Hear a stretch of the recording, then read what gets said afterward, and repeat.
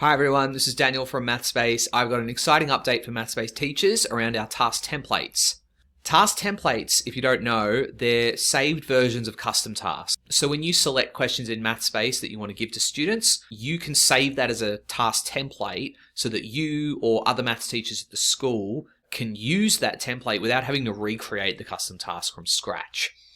So in today's update, I'm going to show you we've got this brand new look, and it's going to make it a lot easier for you to organize your templates into folders. And we now have subfolders. So that's like a folder within a folder. So you can really start to optimize that organization to make it a lot easier for you to find the templates that you want to use. Here's the template gallery. So you can access this by clicking task templates in that left-hand menu as a teacher. And you'll see a mix of folders here. So what you can do, what I might do just to clean this up, I'm only going to view templates and folders that have been created at the school. So this is how I envisage a Mathspace teacher could start to use Mathspace.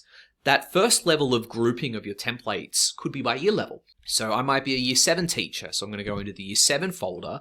So I've created all of these in advance, where now I might go to term 1. And then so I can have all the topics that I teach in term 1.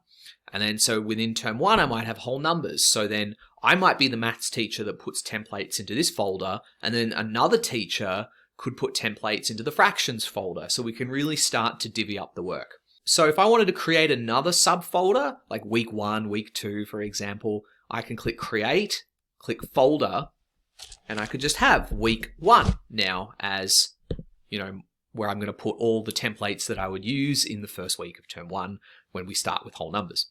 Now, if I click actions, this is where I can add any existing templates. So if you've already created some task templates at your school, this is how you can start to then find those templates. You can search for them by name and then put them into the folders. Alternatively, if you click create template, you can now create a template using Mathspace content. So I could come into whole numbers, for example, come to adding and subtracting. So I'm just going to look at the easy questions in this list.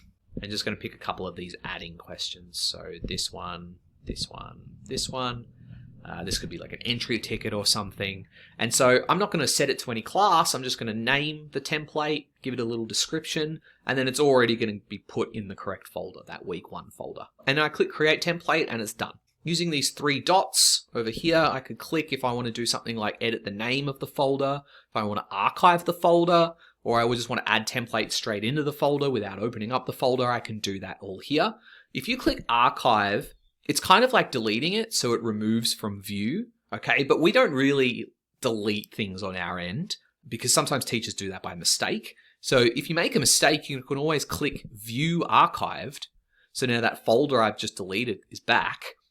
And so then I could come here and I can unarchive. And now it's back again. So this is something that previously you would have to have spoken to our support team.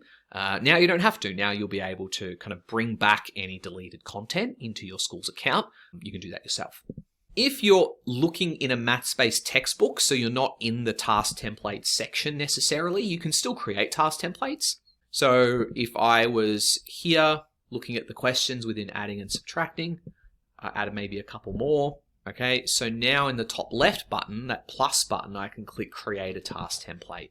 And so that's where I can make some edits, delete some questions if I need to. So then I can name the template, give it a description, and again, find the folder that I want to put it in. So I might put it in week 1, or I could just put it in one of the other folders, like the whole numbers folder. Or if I'm not very organized, I could even just chuck it in the year 7 folder. So I've got lots of options there. That's it from me. Hope you enjoy this new view. Please let us know if you have any feedback. I'm pretty excited to hear from some of my teachers who I know for a long time now have been asking for a cleaner way to be able to organize task templates, especially having folders within folders.